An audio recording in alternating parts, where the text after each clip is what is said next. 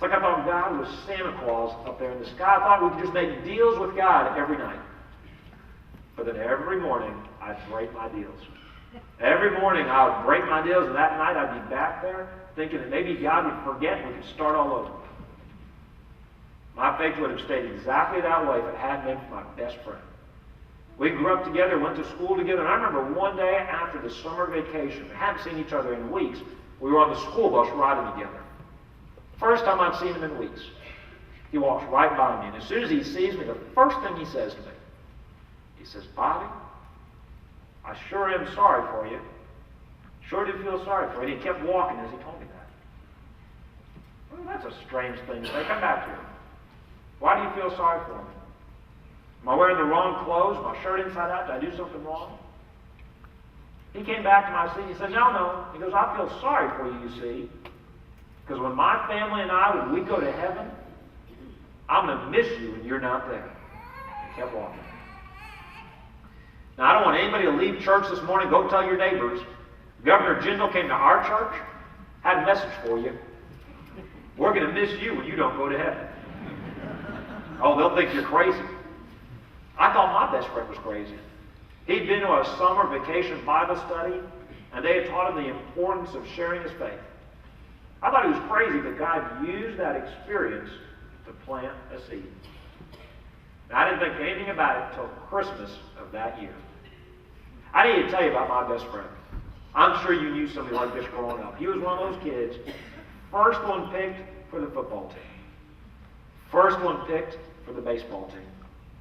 Always wore the best clothes. Always listened to the best music. Everybody wanted to sit next to him at lunchtime. In other words, the most popular kid in our school. Everybody wanted to be his best friend, and he was my best friend. But he got even better. He was one of those people, and I'm sure you know someone like this today in your life. Maybe an aunt, an uncle, or a grandparent, or a friend who always gives you the best gifts. Oh, you know what I'm talking about. That person that seems to know exactly what to buy you, knows what you want even before you know it. And almost spends a little bit more than they should buying you that gift you wouldn't even buy for yourself. You look forward to getting their gifts more than anybody else's.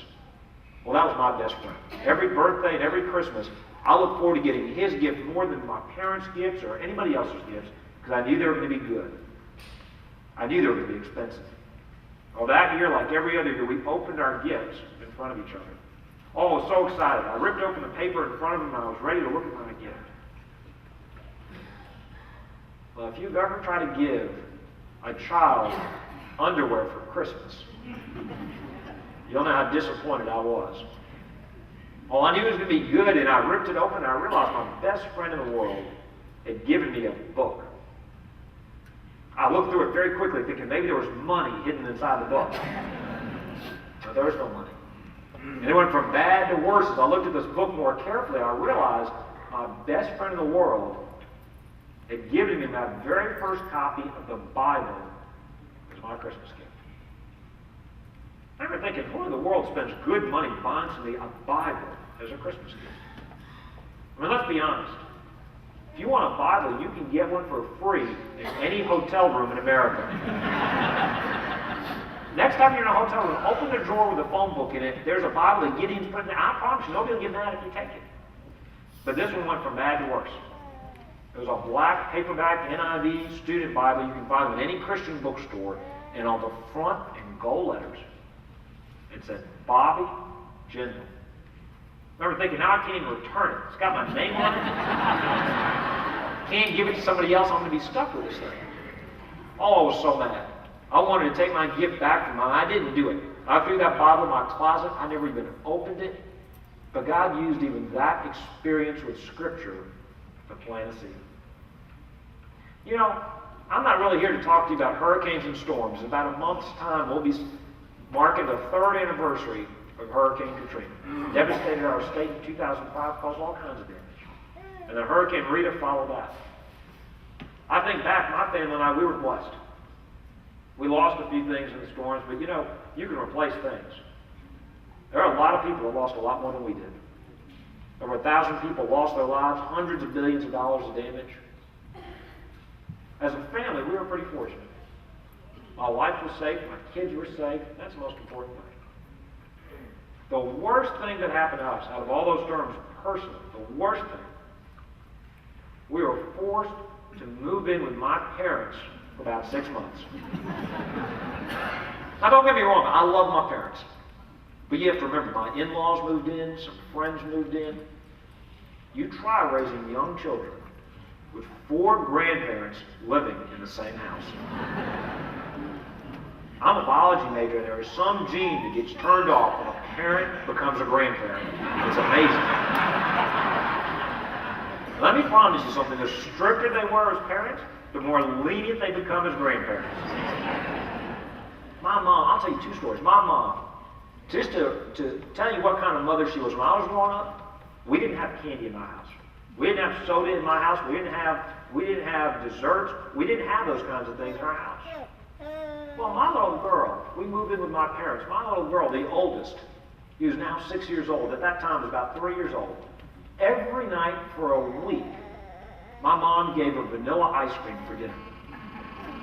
I said, Mom, what are you doing? And she says, Son, there's milk in there. Don't worry about it. It's good for her. I wish this lady had been around when I was growing up. It would have been great. My dad's even worse. My oldest boy, one day he was acting up.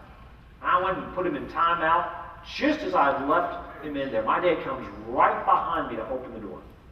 I said, Dad, I just put him in there 30 seconds ago. What are you doing? He looks at me and says, Son, you can't put a child in there in a room all by himself. He is crying, he is screaming. It would be cruel to leave him in that room by himself. I look at my dad, cruel. I said, there was no timeout when I was growing up.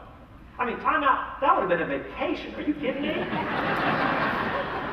I remind my dad, I said, Dad, we used to get hit when we were growing up. There was no timeout. My dad, a grown man, looks at me and says, Son, what are you talking about? I never hit you. He has forgotten my entire childhood. It's an amazing thing. I had a friend in church. I told him this story. He said he was only hit twice growing up. I said, really? Only twice? He said, yeah, in the mornings and the evenings. Only 2 times. He was never hit. Well, the reason I tell you all that is when I was growing up, my grandfather was my favorite adult in the whole world. Oh, he was amazing. He could do anything. He was so strong, he could carry me on his shoulders for as long as I wanted. He was so smart, he always happened to have just enough money in his pocket when we went to go run errands to go and buy me an extra ice cream. And he had the patience of a saint. I tell you what, he'd answer all of my questions. You know, as a parent, sometimes you get frustrated with your kids. And they keep asking so many questions. You tell them, just go look it up. Or, because I told you so. Or, because I'm your parent. Or, I don't know. I mean, you just get exasperated. He would never get exasperated. I could ask him a million questions. He always had the time to answer each and every one. I loved him and he loved me. I thought he could do anything. I looked at him and said, this is the man I want to be when I grow up. He was my hero. It's what it meant for me to be a man. I looked at him and said, one day maybe I'll be as big as him. But you know, as a young child, I never thought about getting old. I never thought about getting sick. I was completely unprepared for the day my mom had to come tell me her dad, my grandfather, had just died suddenly. Never went to a doctor or a hospital, just had a massive stroke. Was there 1 second, gone the next. First time I'd ever really lost somebody I loved that much. And you know, when you lose somebody that way, that suddenly, you just feel so cheated. I remember thinking, what was the last thing I said to him? I remember wondering, I wonder if he knew that I loved him. I remember thinking, I'd do anything just to have 5 more minutes with him to tell him all those things I should have told him when he was still alive. I began to wonder, am I ever going to get to see him again? I felt so cheated. I was so mad. I was so upset. I began to wonder, I wonder if this place called heaven really exists. If it exists, I wonder if he's up there. If he's up there, I wonder if I'm going there. I wonder how you get into heaven. I mean, do you have to be good to everybody all the time? Or is God great on a curve? And you just get in by being good 50 with them?